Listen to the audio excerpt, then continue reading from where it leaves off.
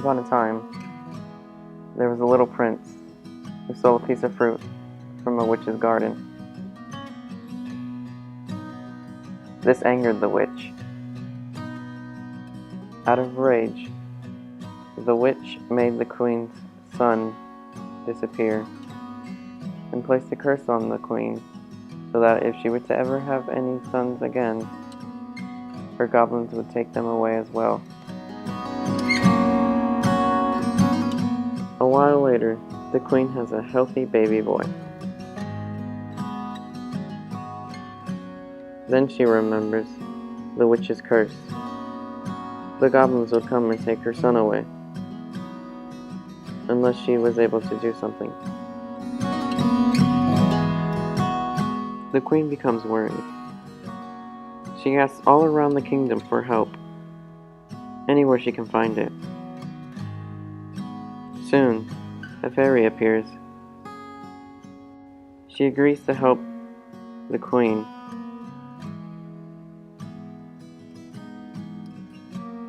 But she is unable to reverse the curse.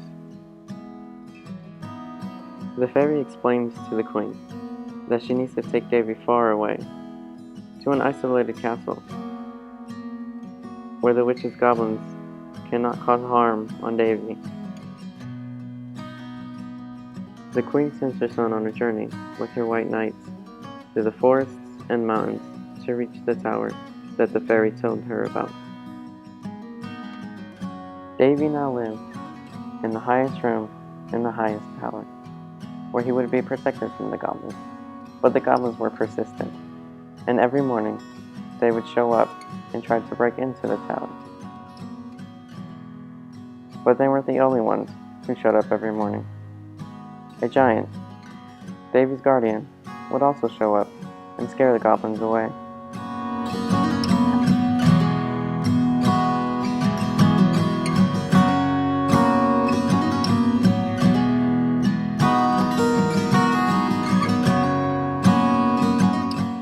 After scaring away the goblins, the giant would stick their hand through the window of the tower, bearing food and gifts for Davy.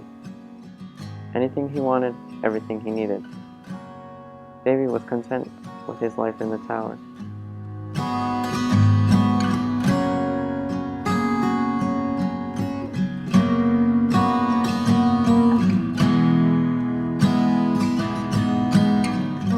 Years passed by in the tower, and Davy grew taller and more mature, until he was finally able to see out of his tower window. He was able to see the beauty of Mother Nature. But he also saw other little princes and princesses, not in their towers, but outside, playing and laughing.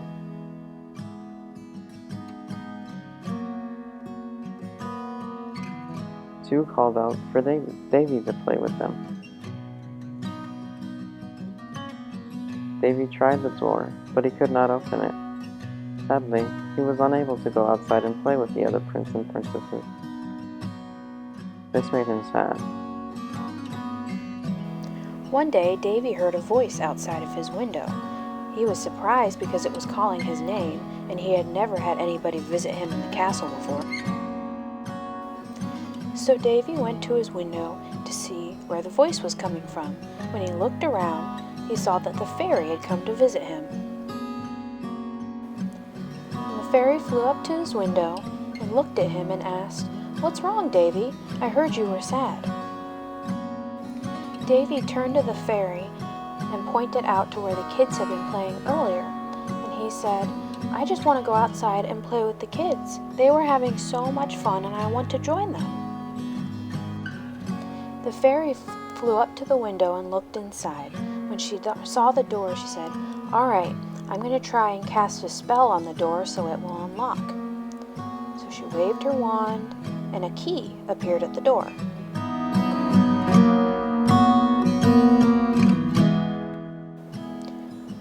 Unfortunately, when the key tried to open up the door, it broke. The fairy sighed and flew to the window to fly out. Prince Davy called after her, "Please take me with you. I don't want to stay here anymore." The The fairy turned to him and said, "I'm sorry, Davy. I can't take you with me." This made Davy even more sad. As the days went by, Davy grew even more and more sad. He wouldn't eat, he wouldn't sleep, and he wouldn't play with any of the toys the giant brought him. One day, Prince Davy heard a noise at the door, and he heard the doorknob turn. He was surprised because nobody had ever come in the door before, and he called out, "Who is it?" The door opened the rest of the way, and in walked the Queen. She turned to Davy and said, "It's me, your mom." Davy was very surprised, but all the same he exclaimed, "Mom, what are you doing here?" The Queen turned to Davy and explained, "It's time for me to take you home, son. I want you to return to the kingdom. This tower is no longer safe. Come with me through this door and down the stairs. I'm going to take you home so you can see the world."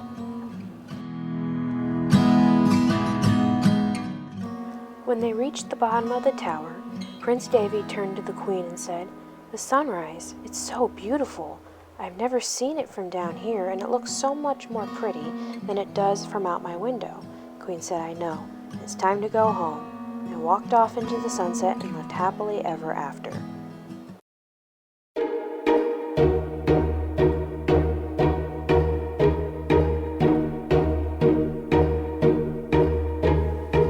In real life, David Vedder was diagnosed with SCID, also known as severe combined immunodeficiency. SCID is a very serious genetic and often deadly immune deficiency caused by missing T lymphocyte and B lymphocyte function. Symptoms include infections that do not improve with antibiotic treatment for 2 or more months, diarrhea or weight gain or growth, and thrush in the mouth or throat that does not go away.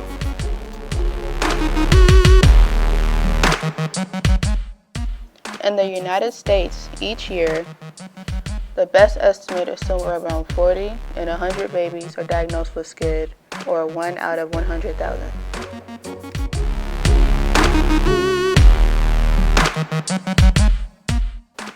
SCID is a very deadly immune defect, and most kids die within 2 years without treatment. Treatment for SCID consists of bone marrow transplant or the immunoglobulin replacement therapy. SCID is the most common form of SCID that is from a faulty X chromosome. Women can be carriers of SCID, but only men will have the effect of SCID, seeing how there will be a 50% chance of them getting it if the mother is a carrier. Prenatal diagnosis is very common and essential for early treatment and can help prepare parents and family members to care for the child.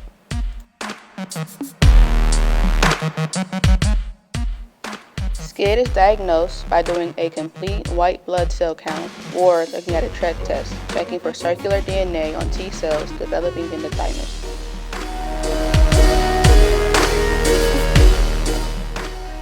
Kids need to keep away from hygiene environments if they do have SCID and stay away from vaccinations as well.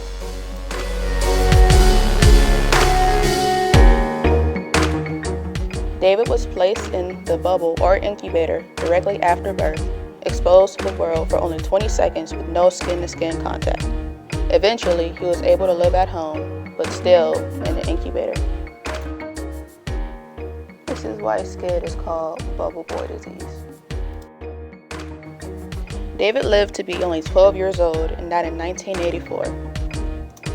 He died of lymphoma caused by the Epstein-Barr virus in a bone marrow transplant that he received from his sister.